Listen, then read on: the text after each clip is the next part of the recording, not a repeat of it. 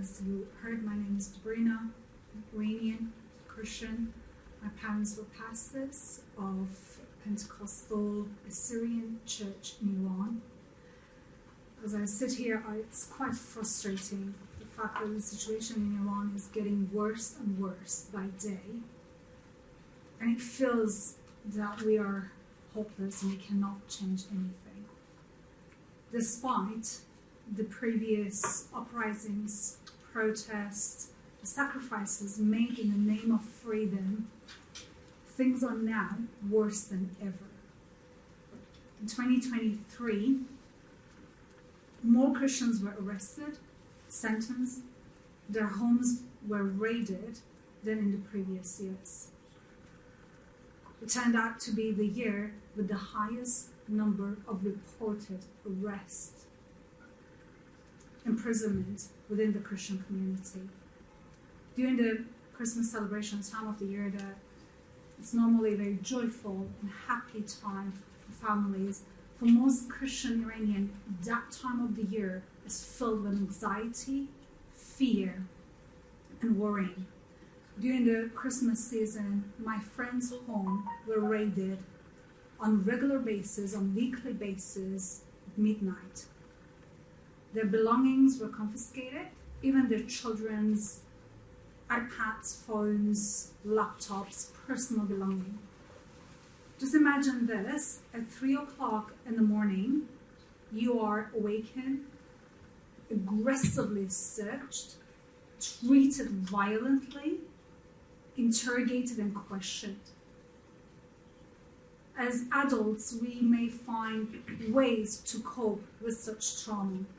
But how can you put your child to bed, kiss them a good night's sleep, wish them a good night's sleep, knowing that tonight at 3 o'clock in the morning, the officers could break in and start with a search and interrogation? These actions go beyond political maneuver. They signify the Iranian government's oppressive and controlling tactics. And I know these tactics since my own childhood.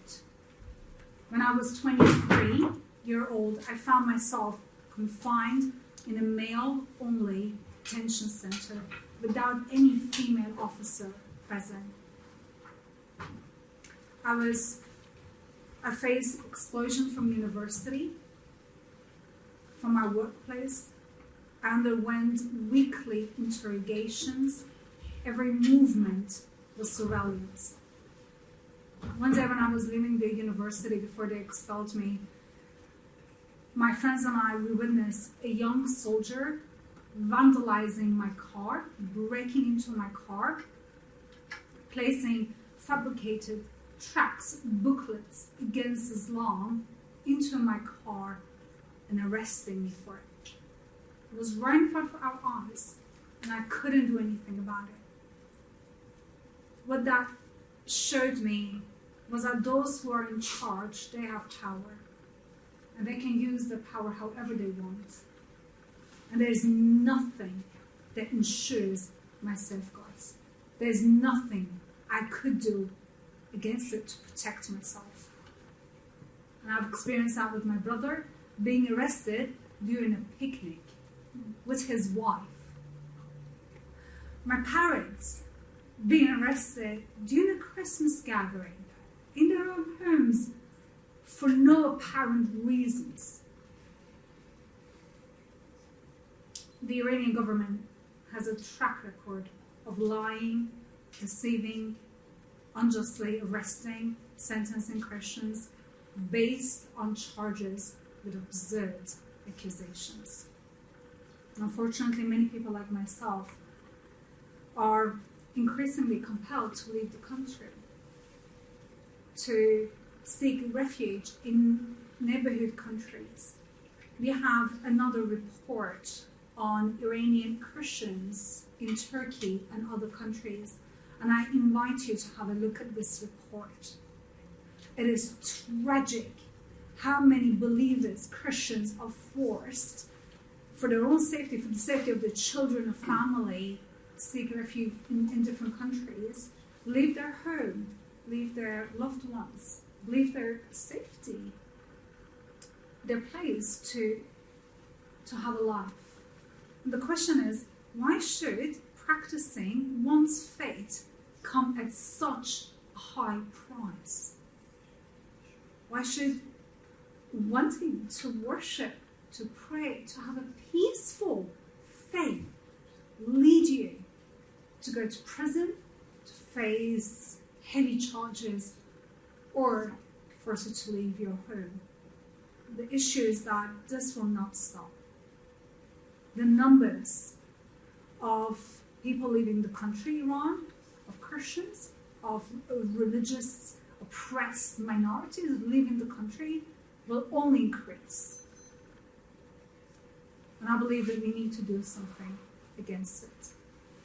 I would encourage you to please have a look at these reports. There are tangible action steps written in the reports. Besides supporting praying, we can raise awareness. We can take actions. We can sign. We can stand with believers in Iran and keep the government accountable to this injustice. You said in the beginning, if you wouldn't do anything, things will get worse. I agree with you. I believe things could get much worse than what it is today. I want to thank you for the opportunity that we could speak today here, but for everything that you are doing. Because this helps our brothers and sisters in prison who are being persecuted. And I believe we will make a difference. Thank you.